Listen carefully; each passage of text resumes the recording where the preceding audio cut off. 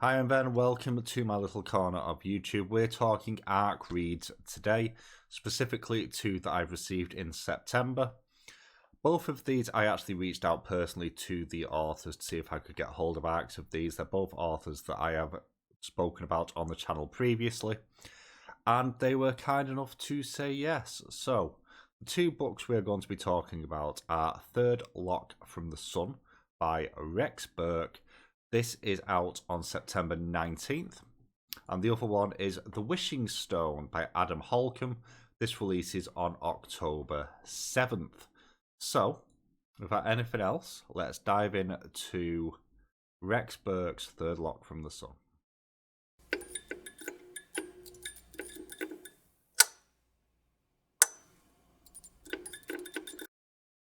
In some ways, this is a small departure from Burke's previous work, which was all strictly sci-fi. This is sci-fi fantasy. And when the initial rounds were doing for this book as Wrong Stop was coming out, the question was put out, what do you think I mean by sci-fi fantasy? And I actually really like what he's done here.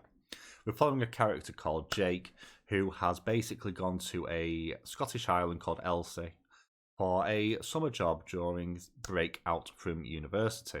Applied for it online, got an automated response, job was accepted, off he goes. Didn't realise quite how horrific it'd be to get there because public transport on remote Scottish island, especially travelling from London. But the thought was the pay's decent, it'll be great scenery, doesn't sound like it's going to be too difficult because it's like a visitor centre. What could go wrong? And the answer is the person who put the advert up, Fraser, had forgotten to take the advert down and didn't actually need someone. But because public transport is so sparse, he's kind of stuck there for a few days. So he just does a little bit of helping out in return for food, a little bit of spending money.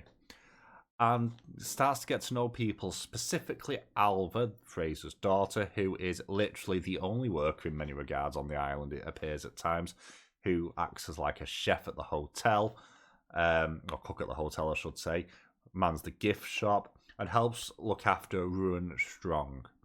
So Strang is a man who is a little bit cuckoo, or appears to be at least.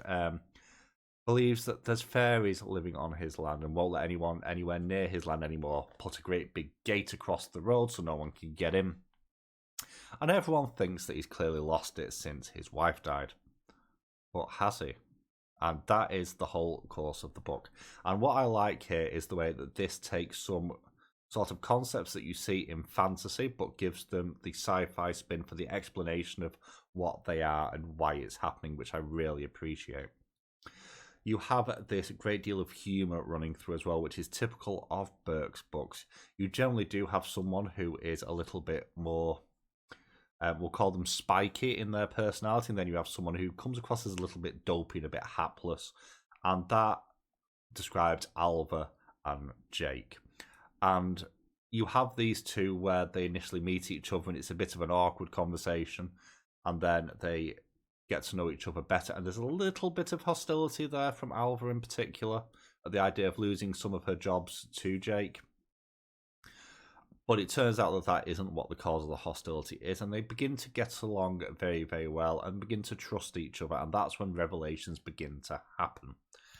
I like the way that in this remote Scottish island, because Jake is English, he's not seen as the enemy, but he's obviously going to be the cause of him having some mild ribbing from the local population. One thing that I really like in this is there's a point where Jake's struggling to understand the thick Scottish dialect and fetches it up to somebody, and they say, yeah, they're a bit hard to understand, but you know, you are as well, being English and all. And that smack of realization, which you just don't think about, of, well, yeah, you do have an accent, and other people might find that difficult to listen to, which I really appreciated. I like Fraser as a character as well, this almost kleptomaniac sort of mentality. Bit of a Dell boy, always looking to make a little bit of money. And the actual mystery, I'll call it a mystery, is well done as well. This has a lot of heart, it is full of humour, once again like Rex's books always are. I gave this 5 stars out of 5. Absolutely loved it. This would have been a one sitting read for me if I didn't have to work. Again, I did receive this as an arc in return for a honest review, so please bear that in mind. But I think this is really, really good. It's another really fun addition to Burke's ongoing writing. I can't wait to see what he does next.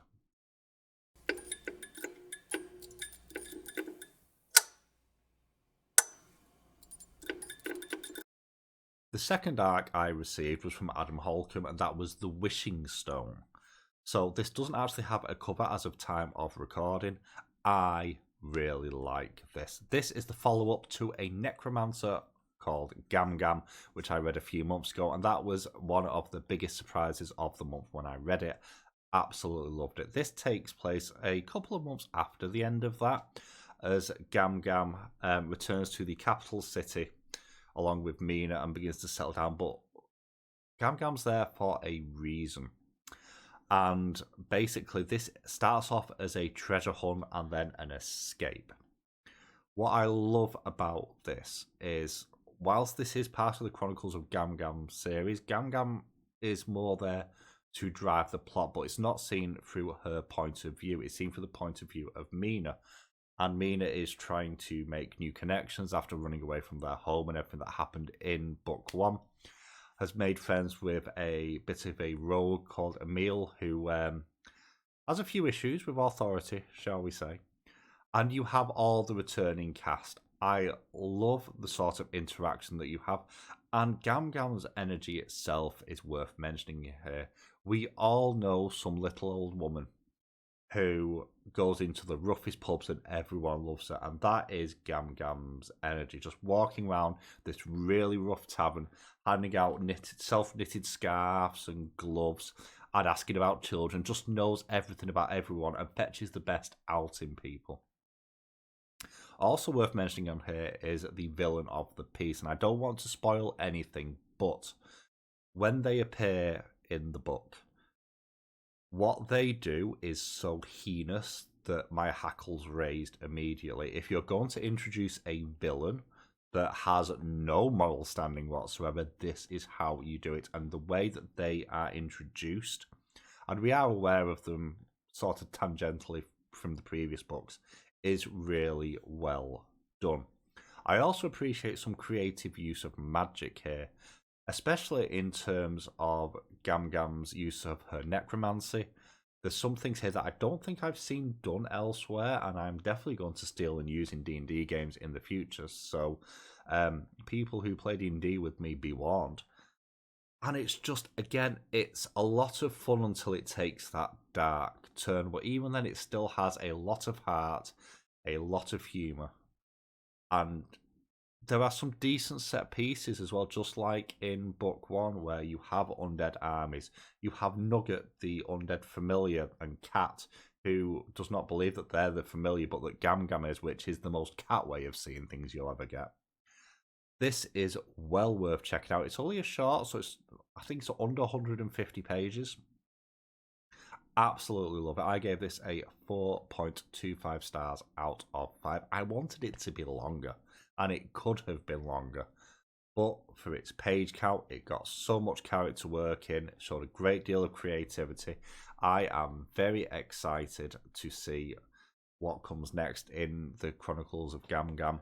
Also, again, just like for Third Loch from the Sun, this was received as an arc in return for an honest review. So again, I reached out to ask for this for both of these.